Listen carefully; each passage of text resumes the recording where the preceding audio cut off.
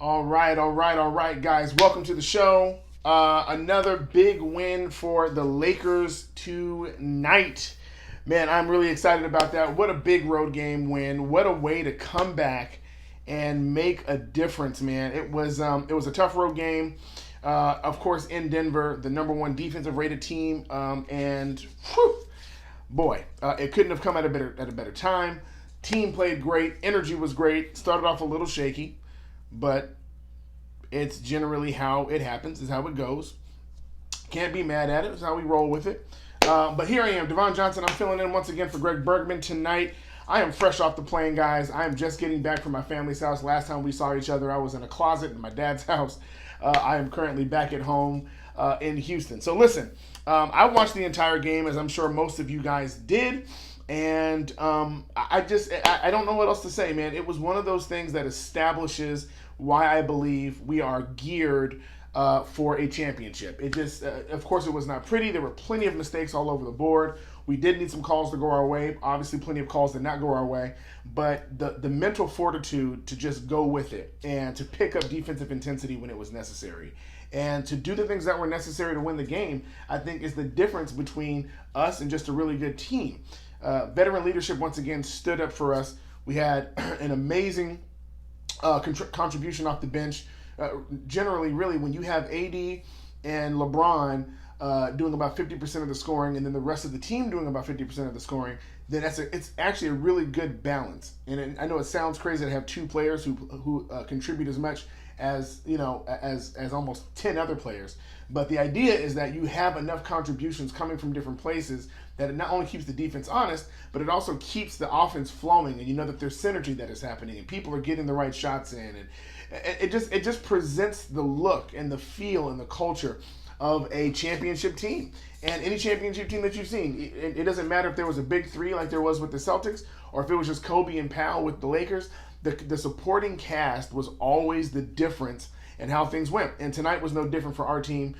They stepped up big. Of course, if you didn't see the pregame reports, apparently half of the team was dealing with flu-like symptoms. We don't really know outside of Anthony Davis who else was dealing with those things. But right after the game got started, you really could not tell who had any of those symptoms, because they were just playing lights out. Anthony Davis, once again, lights out defense. Hear me when I say this.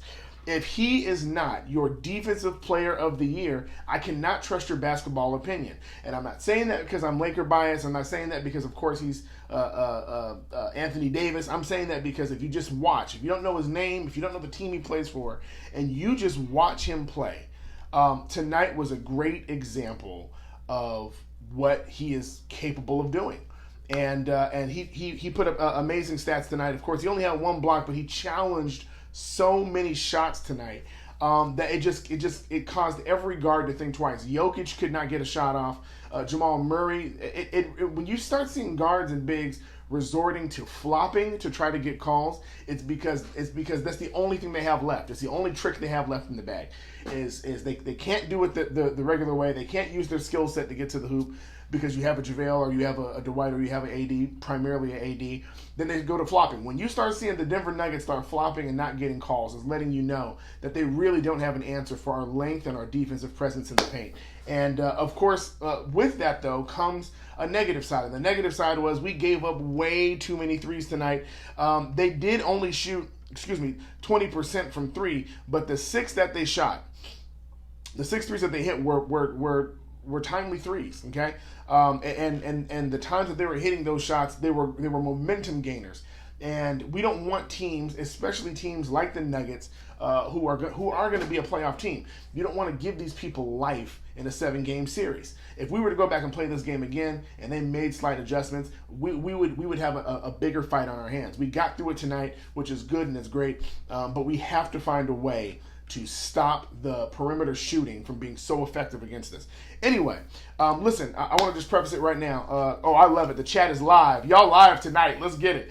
I'm going to preface it with this. I'm not going to be long tonight. I am so jet lagged, guys. I can't even explain to you. I got up at 4. I had 2 toddlers and my wife, and it's just been a lot. And we just got home, like, literally before tip-off. But I'm here for y'all. Y'all here for me. We going to hype each other up. That's what we going to do. Let's get into it. Team Black Beast, way to gut it out on the road, guys. That is exactly what we're talking about, man. Like, it's not just a road win. It's not just a road win. It's a road win that requires you to gut it out. And I want to just bring back to our remembrance, Avery Bradley is still out. He's one of our top defenders. And we're doing these things. And, of course, Caruso, we can't even get into Caruso right now. I got to get into him in a minute.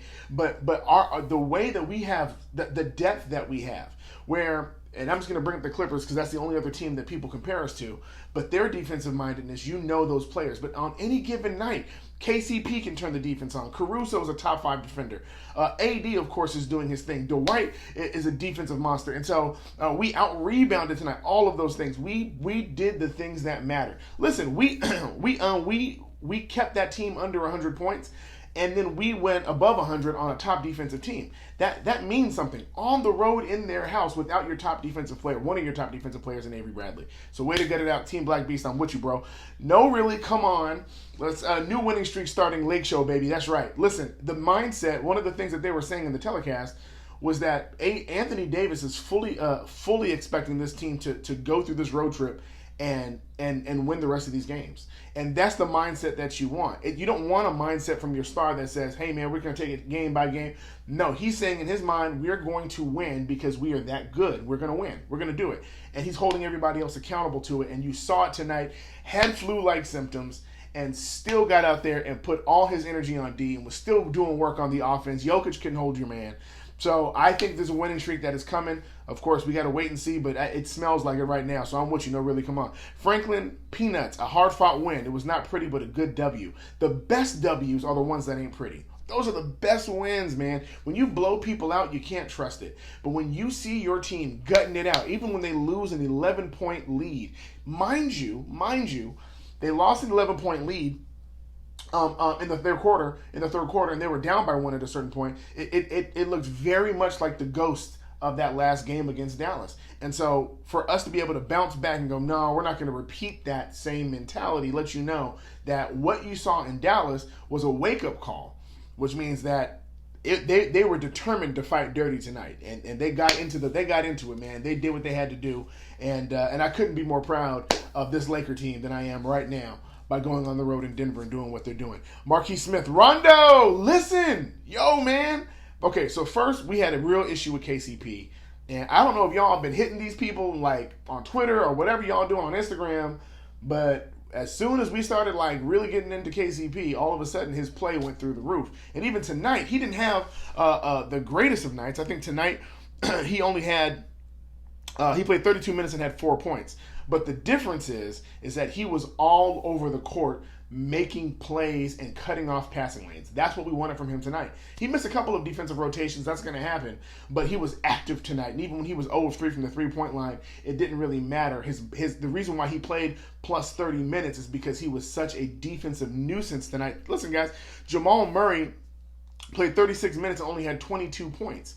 That's a big deal, okay? Which means that our guards were doing work, man. So we really got into him. We really got into KCP, and then we really started getting into Rondo. And I don't know, I don't know, but I'm starting to feel like his three-pointer is much more reliable than what we remember from last year. Coaches have been talking about it. Even the players have been talking about how much he's worked on his three-point shooting and how much it's been evident in their practices and in their scrimmages. And so we're seeing it tonight. Tonight, I mean, it was, tonight he went, this is going to sound really crazy when I read this. He went 2 of 2 from 3.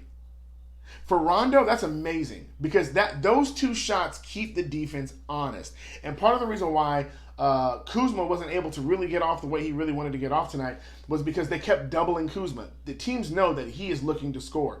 And so if you notice, when Rondo shot those threes, primarily it was because they gave him space. They dared him to do it. And he was 100% from 3, guys. That's bananas, man. Rondo, hats off to you, man. We're looking for that same contribution and consistency as often as possible. Of course, we still have some issues with his dribbling and his clock management with the 24-second clock, but it doesn't matter. We got the W tonight. He was great tonight. I know a lot of people don't like plus minus, but he was a +8, which is not normally what he is. His defense is still a little lacking, but I think Vogel is figuring out some rotations. And how about this tonight? Troy Daniels, who only played 10 minutes, came in, hit 2 out of 3 three-pointers, of course had 6 points. But he came in and he gave the offense a quick push, and it was very weird because we don't normally want to see a Troy Daniels and a Rondo in the backcourt together at the same time, especially early in the game, because their defense lacks so much. Their defensive rating is so much. Their net rating is horrible when they're back together.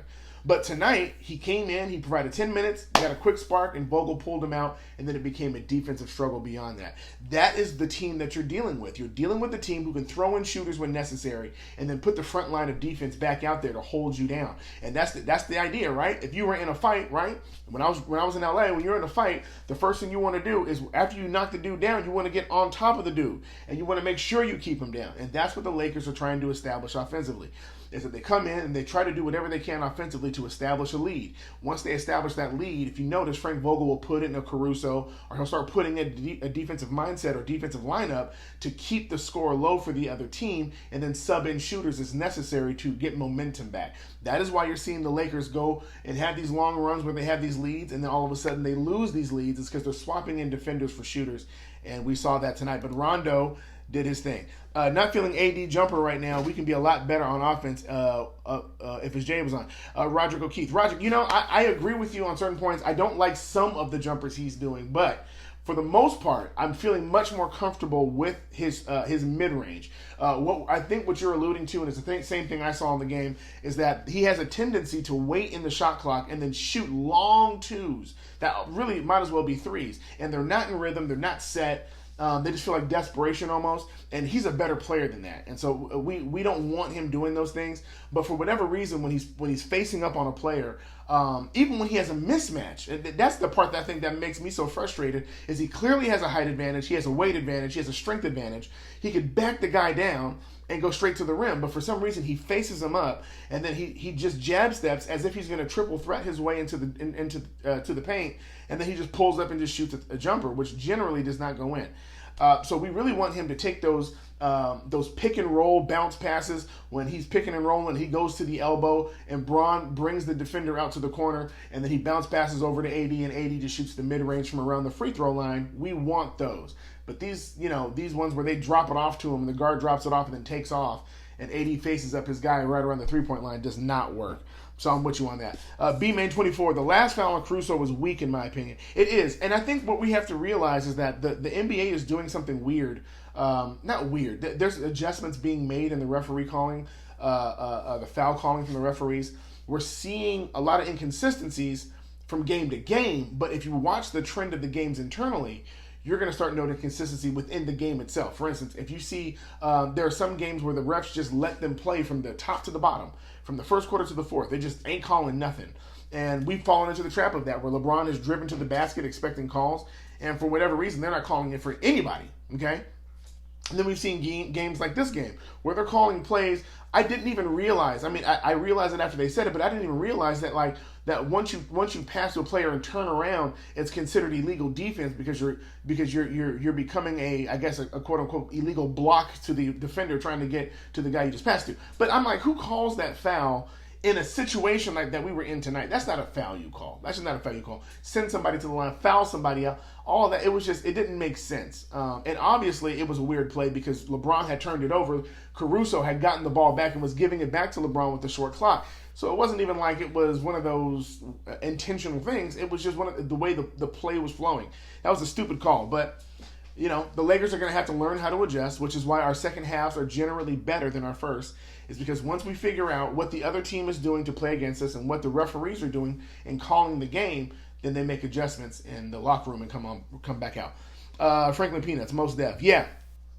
Tam Marino 13, what's up, Devon? Great game. Starting to have some real concerns with Kuzma. Was hoping by now he'd be consistently contributing. It's just not there. He looks tentative and disengaged, even in our victories. Seems to be the only guy getting consistent minutes that is far from knowing or feeling his role and place on this team. Tam Marino 13, I could not agree with you more. Here's where my hope comes in, and here's where my true belief, 100% belief in Kuzma. Somebody got really upset with me on Twitter tonight because I was talking about, Kuzma 6 points and 3 turnovers on 2 of 6 shooting. And the issue is that people know. Teams know, he knows, his teammates know, we all know. Kuzma has the ability to average 20-plus points a game. He has the ability to do that. What you're saying is the same thing I agree with, but he has to be able to do it within the role that is given. And I think he's used to being the Lonzo B.I. Kuzma show. And hats off to him, man. This is a huge adjustment to go from playing and growing with cats that are around you, the Josh Harts and all those guys, and even Caruso. They all had a synergy together because they were all coming up, learning, and getting things together. But now you're playing with a bunch of veterans who all know far more basketball than you and may not be as athletic as you, but they are much more savvy when it comes to learning how to get foul calls, learning what to do when your shot's not hitting, and they know their role and they're comfortable in their role because they played their lives, man. Like Rondo has championships, Green has championships, JaVale has championships, Dwight's been to the finals, LeBron has championships, AD is one of those people who's trying to find himself. But see, like the thing is, for them, they're not looking to establish their identity. They know who they are, okay? As much as we complain about Rondo knows who he is. And he's going to continue to play that way. As frustrating as it is, he's going to continue to over-dribble. He's going to continue to make some weird decisions and floor general and do all of those things. Because that's the way he learned and that's the identity he set for himself. Kuzma has not yet learned his identity in this group. And I think it's not going to happen until after All-Star break. For two reasons. Number one, injuries. Of course, Team USA injury that he had. Then he gets poked in the eye. And then, of course, there's technically a third injury that happened, but the rolling of the ankle doesn't seem to have affected him as much. But he has not found his rhythm with this group. He has not found his identity with this group because he has not had the time with this group. He did not get a chance to do everything they did over the summer. He did not get a chance to do with them what they were doing in training camp. In fact, most of his stuff was happening off to the side with Phil Handy and stuff like that. So I think he's going to have a great comeback. We've seen him have flashes already, right? But like you said, we are looking for him to be consistently contributing, and it hasn't been there. I think he's going to get it. I think it's just as long as he stays injury-free, and when Avery Bradley comes in and the rotations start to get more definitive, I think you're going to start seeing Kuzma's numbers go up. Team Black Beats, free throws were an issue tonight. We need to clean that up going forward on this road trip. The Lakers need to clean up free throws in general. If you look at our free throw percentage over the last decade, we suck. We haven't had a consistent free throw shooter since Kobe. Kobe and Powell were really like our best free throw shooters in the latest years. AD generally is the guy we can trust. That's why every time it comes down to a late game and they got to foul somebody, we give it to AD. But LeBron missing shots, I mean, it was just, even AD missed shots tonight. Missing free throws to me is a sign for them. It's a sign of taking their eye away from the fundamentals. And I think it's very easy when you're in a high intensity situation, which we've been in majority of these games. We haven't really been blowing teams out. It's always been close, like towards the end. You put a lot of energy into the defense. You put a lot of energy into offensive sets and plays, and you're trying to do as much as you can. And then when it comes down to the free throw line, it becomes an afterthought. And I think that's starting to affect their free throw shooting. Al's Acoustic, thank God for Dwight and Caruso. Kuzma crickets. Yeah. I appreciate Dwight. Dwight had some great fouls tonight and some stupid ones. But he plays hard. And we out-rebounded tonight, mainly, I think, because of him. He had 6 rebounds, but 2 of them were offensive boards, and I think that was crucial. But we out-rebounded them crazy tonight. I can't remember what the number is. I'm trying to look it up right now, but our rebounds was insane. Looks like we had 56 rebounds to their 35. Like, that's, yeah. With those defensive numbers, it shouldn't have even been as close as it was. But Dwight was huge with energy.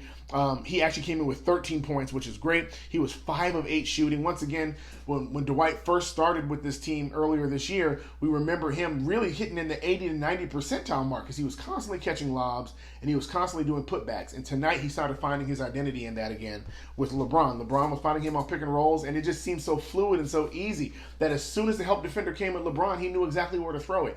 And Dwight did his job, and he played his role well. The one thing that Dwight did that gave me a flashback of like, wait, what are we doing here? He shot a 3.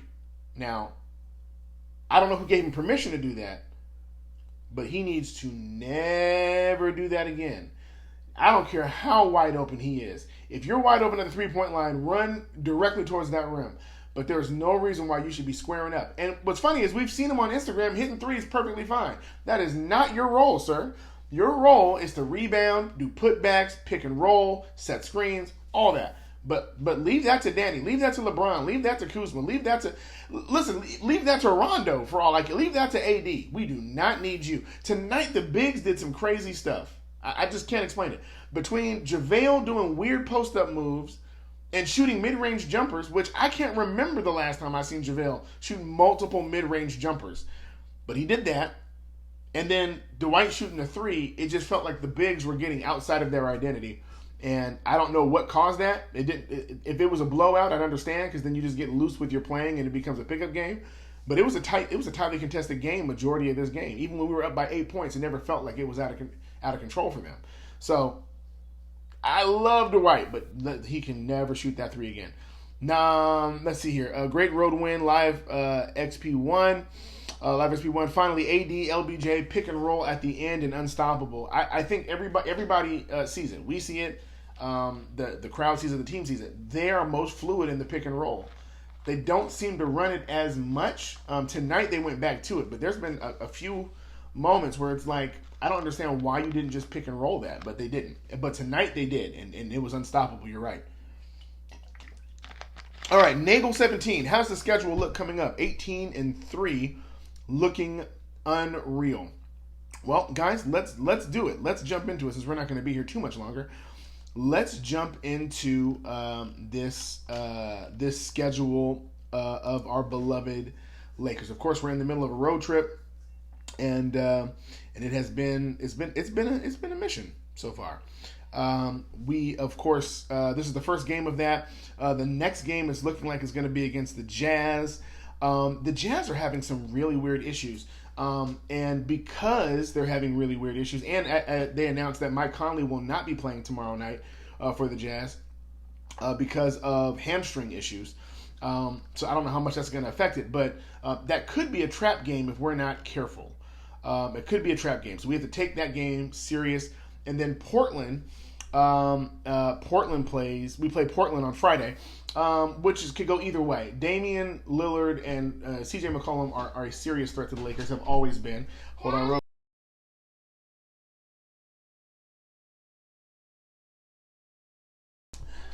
kids.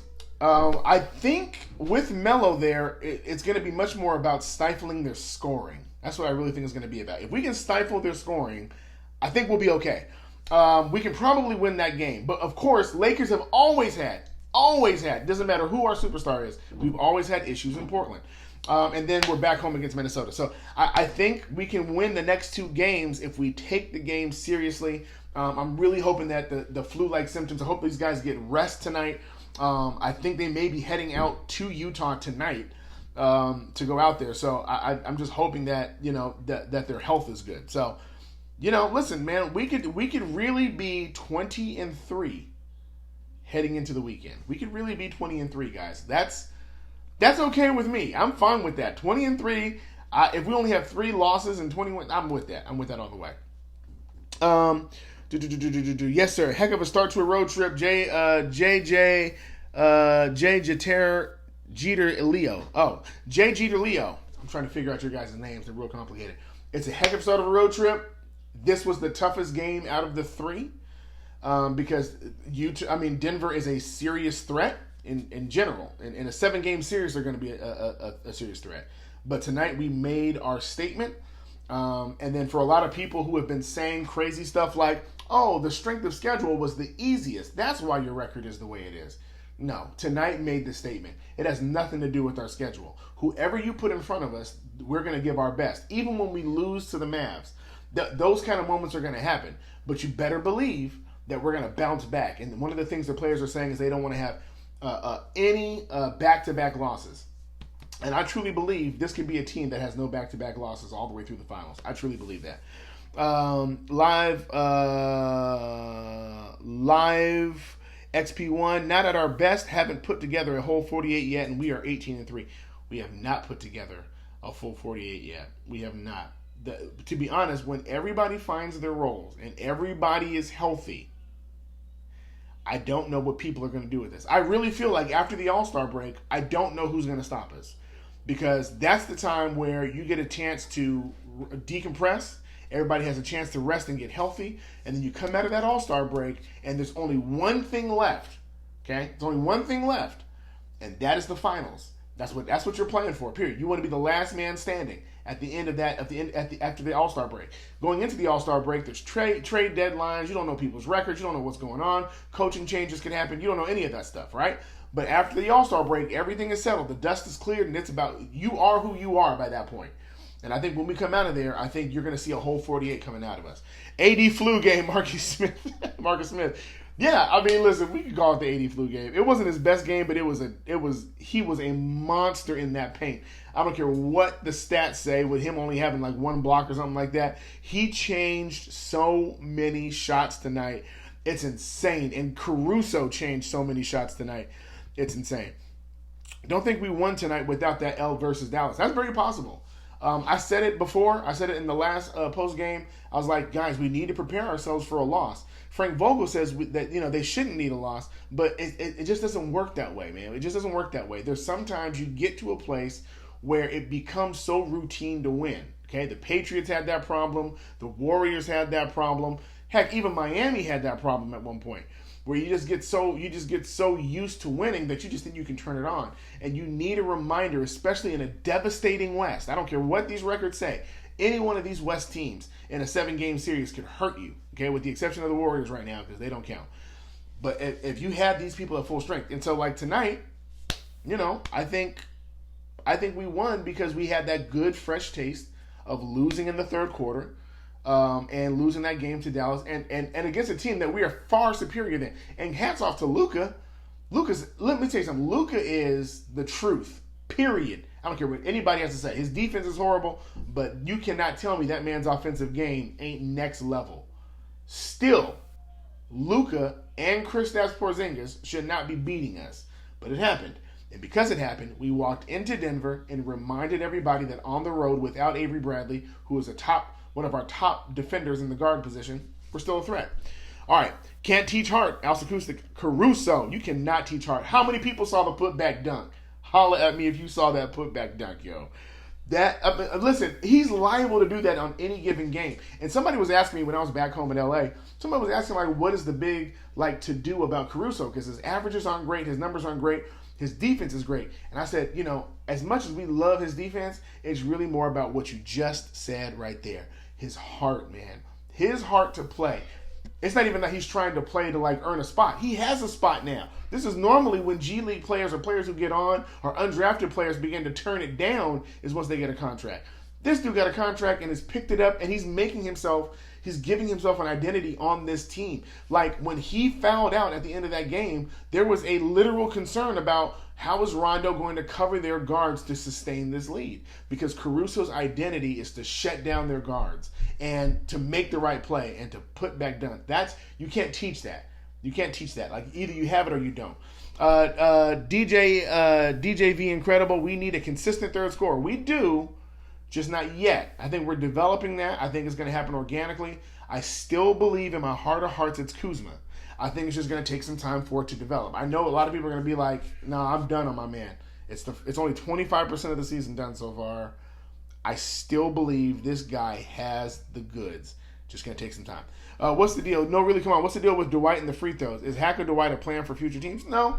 I think when same thing with LeBron. LeBron, early on in the season, had found a very good free throw shooting motion. And you guys know LeBron has struggled with his free throw. He's changed his stuff up constantly.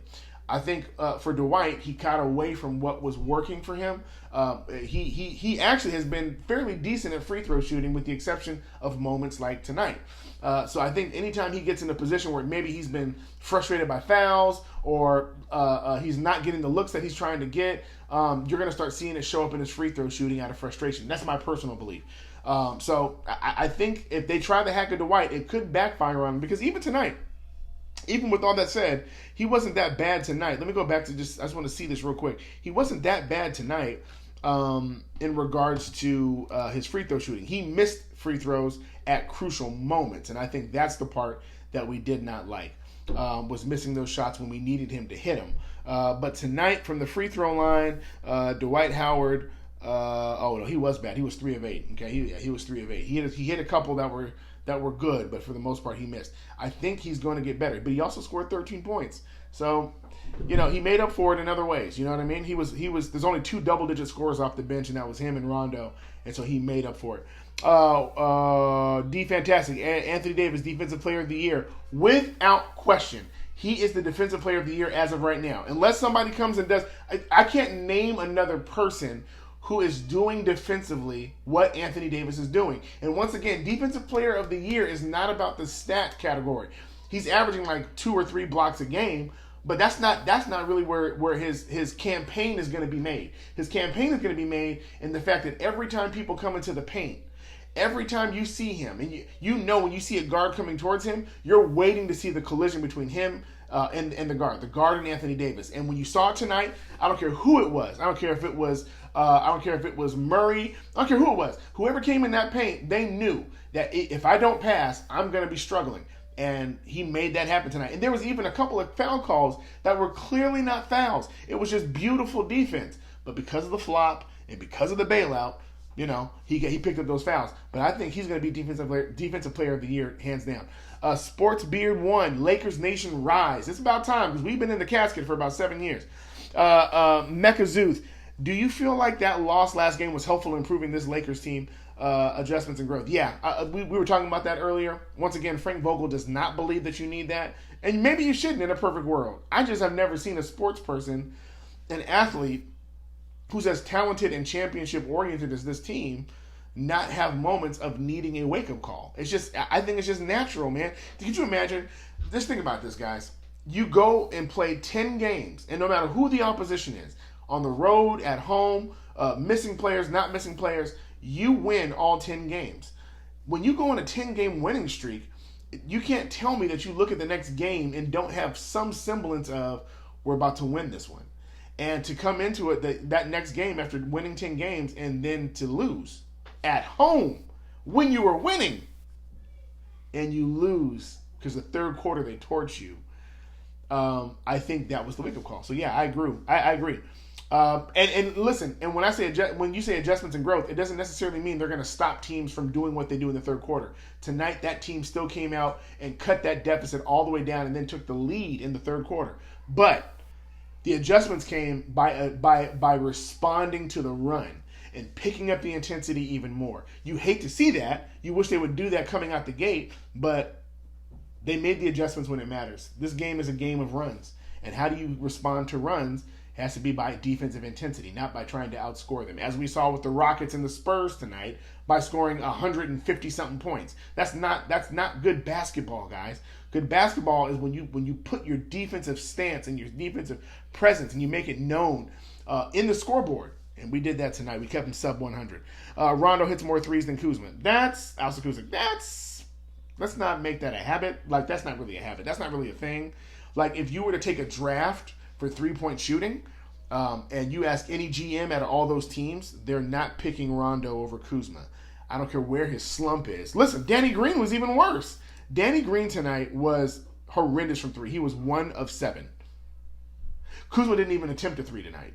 But Danny Green was 1 of 7 and 2 of 12. Kuzma had more points than Green tonight. Green had 5 points. Kuzma had 6. And Danny Green played almost double the minutes. So, I don't want us to overblow what's happening with Kuzma. I'm telling you, expect him to go up and down until about the All-Star break, which most people will say, oh, that's too late. Not when you're winning. When you're already winning, you can give him the space and the grace to figure it out. Because when we come out of the All-Star break, I think you're going to see the fully loaded Lakers, which includes Kuzma as a third scoring option. Love that our offense is live, XP1. Love that our offense doesn't predict our hustle, our defense. Yes. Yeah. We allow our defense and our transition defense, which wasn't really great tonight. It was all right. It was good. But we allow our defense to set the tone for our offense. And that makes the difference, because when you try to utilize your offense to get you excited on defense, you will find yourself getting too hype, slapping the floor, and then getting fouls. Okay? That's not what you want. You want your defensive presence just to be your identity, not some highlight reel. You want it to be like, this is what they do. Okay? And let the offensive side come from out of that identity of defense. So, yeah. Rondo's last second shot clock late in the game. Marcus Smith. Yeah. He has a problem with that shot clock, but I think it's because his IQ. He's so far. Rondo lives in the year 3000 when it comes down to doing plays and running plays on the floor. He just sees things 2 and 3 steps ahead, and the unfortunate part is that may not necessarily be what the offense needs, is him predicting the future, right? What we need him to do is what he was doing for that good stretch where he was just running pick and roll with Anthony Davis and utilizing that synergy that they already have and abusing him. So he would just do pick and roll, and he would lob it to AD if the help came. If the help didn't come, Rondo was great at going to the cup and doing layups. So if he does that as a guard, if he just does that, and then at the third option, if he's trying to pick and roll, AD is covered. He's going to the rim and he feels like he's not going to make it. Being able to pass it out to one of the 3-point shooters, and be able to torch from the perimeter. I mean, that's really all we need him to do. So, Kuz has regressed. 0 problems. I think Kuz hasn't necessarily regressed. He just hasn't gotten any traction. Once again, I gotta keep saying this. He is months behind the preparation that the rest of the team had. When he was doing all the stuff he was doing, even with Lethal Shooter, all of that stuff was private. He wasn't doing team stuff until way, way, way later. And most of that offense and defensive stuff that they were preaching and all that, he can only learn in concept.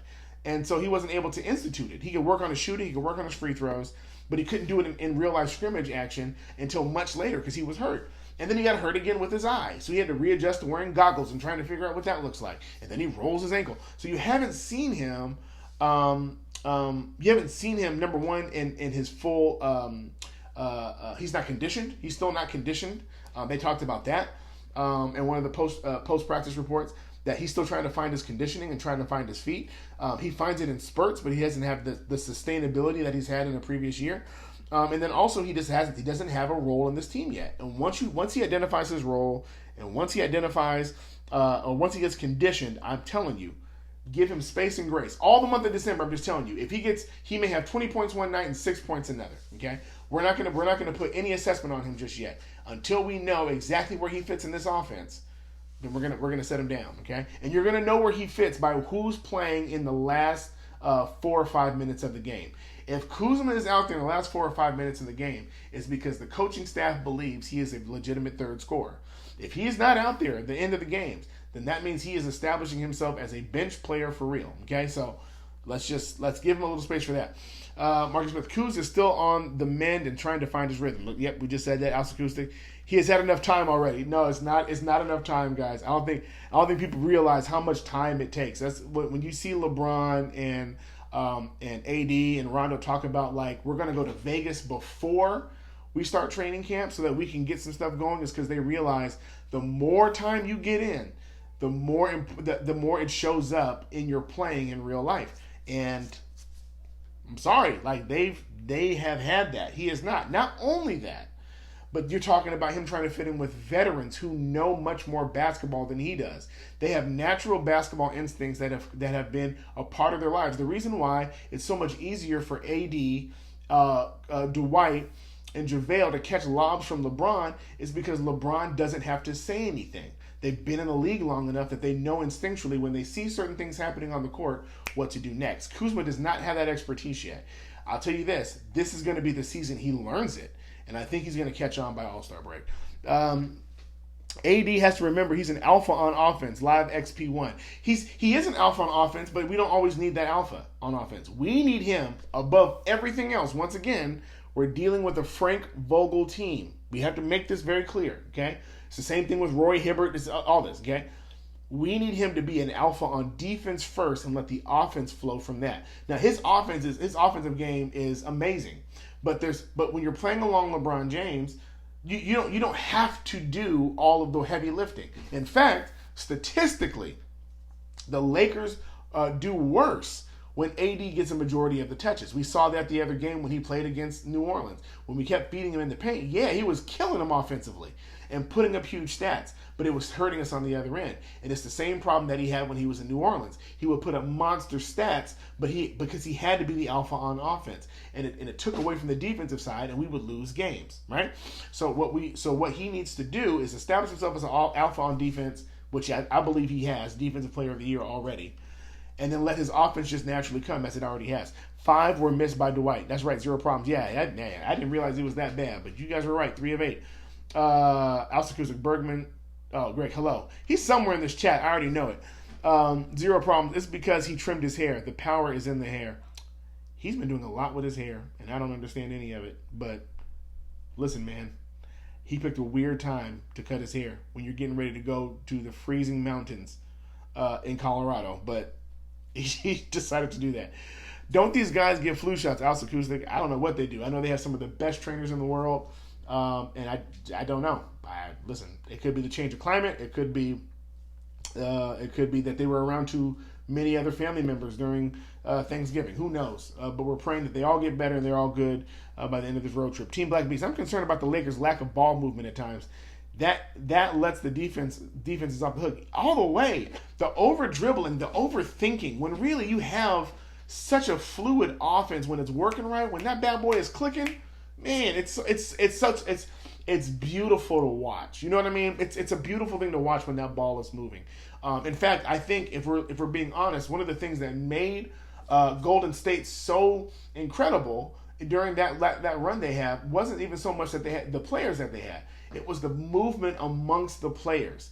It was being able that you never knew where that ball was going, and they were always making the beautiful basketball play.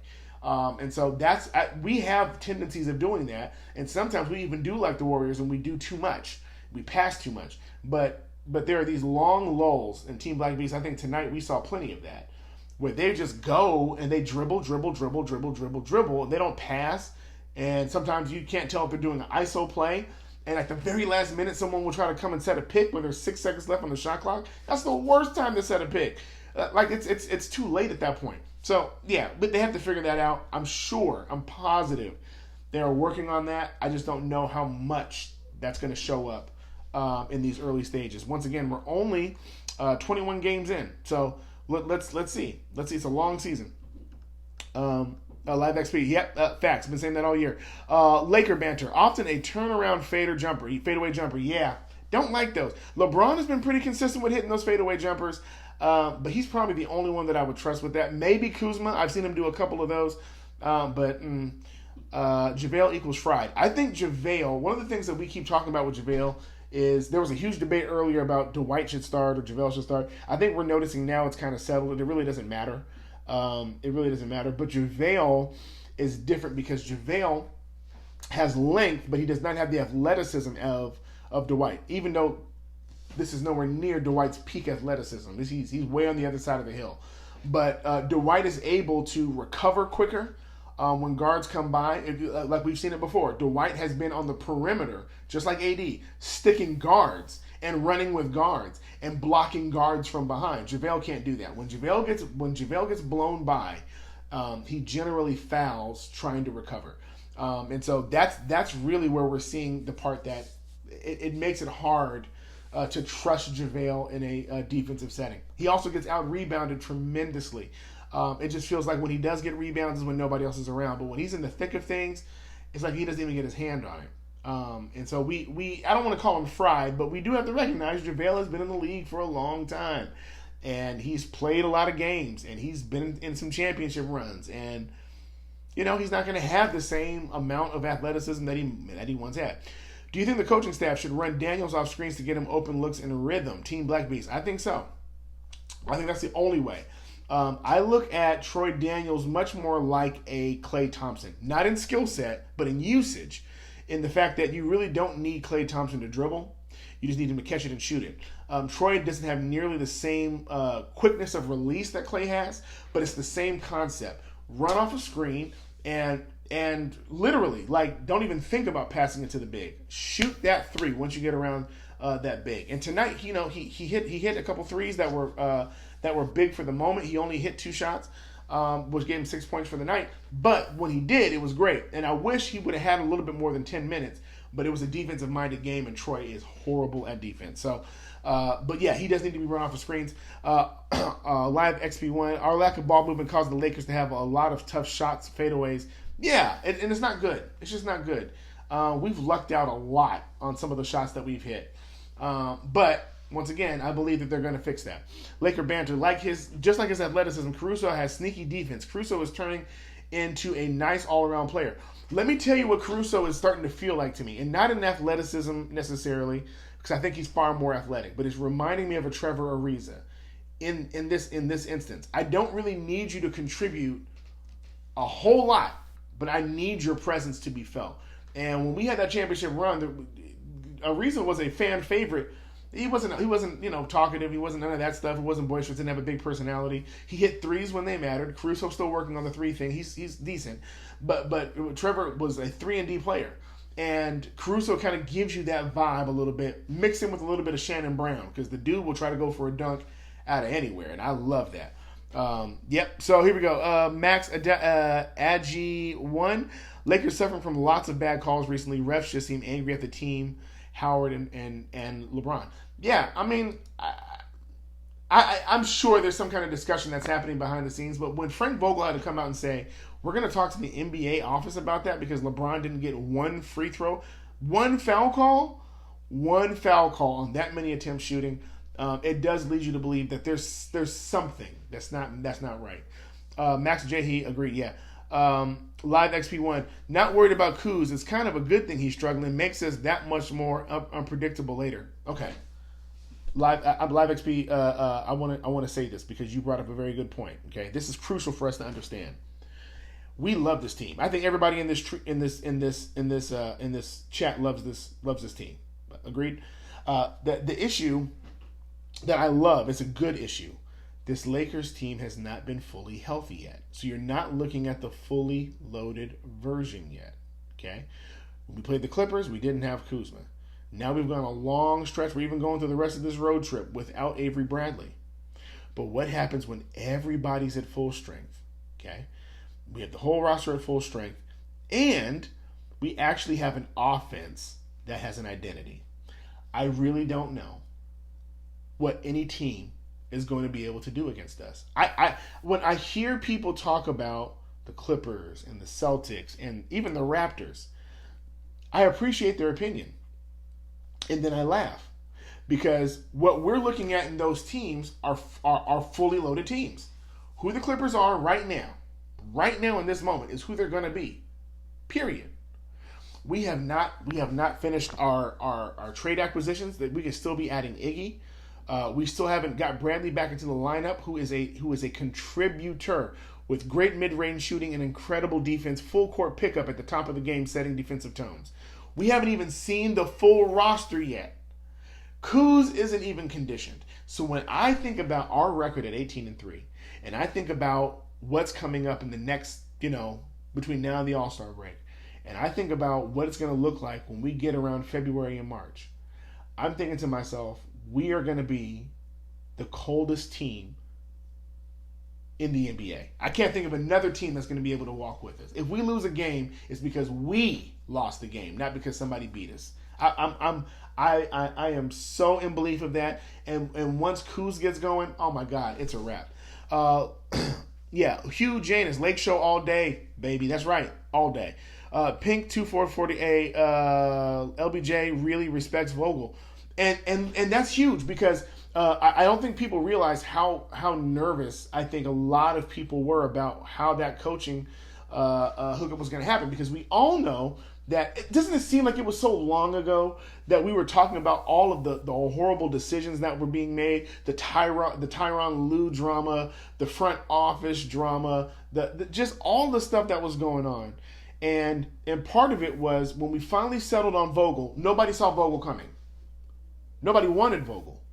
But I'm really starting to wonder to myself, how different would our record be if we didn't have Vogel? Because I don't think any other candidate was a defensive-minded coach, even Tyronn Lue. And so it almost feels like not only does LBJ respect Vogel, but I think he understands that Vogel might be the best decision for this team. I know that sounds crazy because we're only 25% of the games in, but the way Vogel has them playing defense and the way he came in and they said that he's showing them things that they have not seen in their careers about how to run defensive sets. It's making a difference, guys. We're always going to have a weakness. It's always going to be something. 3-point shooting, transitional D. We're always going to have at least one weakness. But the fact that we can keep teams under 100 consistently means something, especially when you go into their house and do it. That means something. I don't think any other coach could have got that out outside of Frank Vogel. Any FOMO on not signing Melo? Absolutely not. We don't need scoring. Once again, people, that's why I'm not big on Kuzma not scoring right now. Scoring is not what we need. Okay? Scoring is not what we need. Scoring is fine. We can get that. We need defense. And let me tell you what Melo's not going to do. Melo ain't going to play defense. Okay? He's not going to play defense. I think, to be honest with you, Melo is the perfect fit for Portland. And when we play them, I think Melo's probably going to put up 15 to 20 points. And I'm glad. I hope he does put up 15 to 20 points. It's not going to make a difference because what we have on the other end. In fact, the reason he's going to put up 15 to 20 is because we're going to be locking down the other two. You're not going to be able to lock down Lillard fully. You're going to be able to contain him, but you're not going to be able to lock him down fully. He's too cold. CJ McCollum you can shut down, but Melo, let him have the points. Let him have the little 15 to 20 points he's going to have. Our defense is going to shut down everybody else. So I don't even expect Portland to score 100 points. That's my expectation. I could be wrong, but I don't even expect that to happen. Give Vogel a letter grade on his coaching job thus far. Laker banter. I'd give him an A. There's very little that I could critique. His rotations have been crazy. But the only reason why I don't have a problem with it is because it's not necessarily costing us games. It's costing us leads at certain points. But I understand why he's trying it, and if he's going to try it, this is the time. That you're going to see a lot of teams doing a lot of rotations with newer teams, right? So like even Miami. Miami's making adjustments because they have new players. Philadelphia is making adjustments because they're trying to... Tobias Harris went off tonight, having adjustments to those things. And so you're seeing a lot of people trying to figure out who does what, who works well together, and they're just playing around. They're playing around with it in practice. They're playing around with it in games. And especially when you have injuries like an Avery Bradley or you have people who are sick like AD, you're trying to find out who works. Tonight, Quinn Cook didn't play. And the other game, we were talking about how Quinn Cook was getting more run than Daniels. So he's playing around with this stuff. But by the All-Star break, you're going to start seeing complete set rotations. You're going to know exactly who's coming in at what time. You're going to know exactly what's coming in. So at this point, I'm giving him an A. So I really can't hold the rotations against him because it's so early and we're still winning. But everything else, the way the players have bought in, the way he consistently gives credit to the players, the way he's not stupid and awkward by trying to fit in with the cool kids, he knows exactly who he is. He's also made a very volatile situation work where you haven't even heard Rob Pelinka or Jeannie Buss's name, right? You haven't heard nothing about that. When those are the two biggest names over the summer. You haven't heard anything about that. You haven't heard anything about communication between the front office and him. You don't hear anything about that. You don't hear anything about Jason Kidd, Lionel Hollins, and him. You don't hear none of that. Only thing you hear is about why they won. That's the most you get out of Frankie. You'll see him do a post-game report, and he'll say a few things, and he'll say all the right things. We got to work on this. We got to yada yada. He's doing it right. And no shade to Luke Walton, because Luke was a great transitional coach for us. But there's a difference between somebody who is just trying to understand the job and somebody who's been there before. And this is Frank Vogel. And I think if we're being smart, I really think he may be our coach for the next several years. That's an honest to God opinion. Okay. Vogel makes great in-game adjustments live XP1. Yeah, he does. He makes great in-game adjustments, and I'm excited about the fact that he does that because it shows that he's not tied or he's not committed to whatever they came up with in pregame. He knows that there's going to have to be an adjustment made, and that's what makes Greg Popovich such a great coach. And that's what makes Rick Carlisle and Doc Rivers and their ability to make adjustments. When you get into a 7-game series, the whole series is going to be about adjustments. One of the things that got the Rockets in so much trouble in the playoffs is that they never adjusted. And teams started doing stuff like literally having the entire defender on James Harden's left-hand side and forcing him to go right. And D'Antoni never made an adjustment to that. And so because of that, the Rockets lose. And so knowing that we have a coach that will make adjustments when necessary to ensure that victory will happen, even if it wasn't his initial plan in the first place that caused it to work. So No, really, come on. No shade to Luke Walton or Magic. Real talk, real talk. No shade to them, man. God bless. I'm glad that season of us is over. But as they say in The Dark Knight, the night is darkest right before the dawn, and that might have been, as far as I can remember, and you guys got to remind me, we've had some bad rosters and all that stuff, but that might have been the darkest summer that I can remember. This past summer felt worse than when Kobe requested a trade. That hurt, but this past, I've never felt more embarrassed, right? And listen, we were so embarrassed that Laker fans were talking about going and protesting at Staples Center, and we couldn't even do that right. Like 13 and a half people showed up to that protest, and they put it on the news. That's how far down we fell over the summer. And if you were to ask me, would I go through all that again to come out with the record that we have with right now? I'd do it all over again.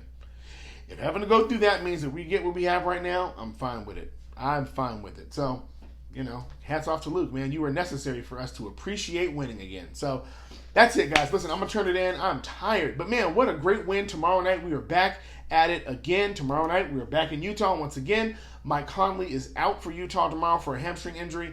So, you're going to see them making adjustments with that. He is, he's not necessarily their biggest scorer, but he does make incredible adjustments. Now, in regards to Portland, Portland lost to the Clippers tonight by a pretty large margin, 97-117. And Blazers, just, they're still struggling. Carmelo only had 9 points tonight, so maybe he won't be so much an issue. But what we're looking for is when you see teams that lose like that, expect them to bounce back. They're waiting for the next team to come in and to cause problems for them. And so they're much more aware of the losing. Now, they've been losing, so it's not like this is going to be a big issue for them as far as losing. But know that they're going to play us very, very hard, especially after losing on tonight. So that's good. We're excited about that. We're gonna go into their house and we're gonna knock them out. They're playing Sacramento tomorrow, and then they play us on Friday. So they're gonna have the same kind of schedule that we have. We're both gonna be even in the amount of games that we're playing as far as in the week. So let's get it, man. Let's get it. Let's get down to it. Let's knock them out, and let's come back home and prepare ourselves to be 20-3. Man, I appreciate you guys. Winston Apps, yep, great win. I'm signing off, man. It's been good. I will see you guys tomorrow night against the Jazz. Y'all be good. Form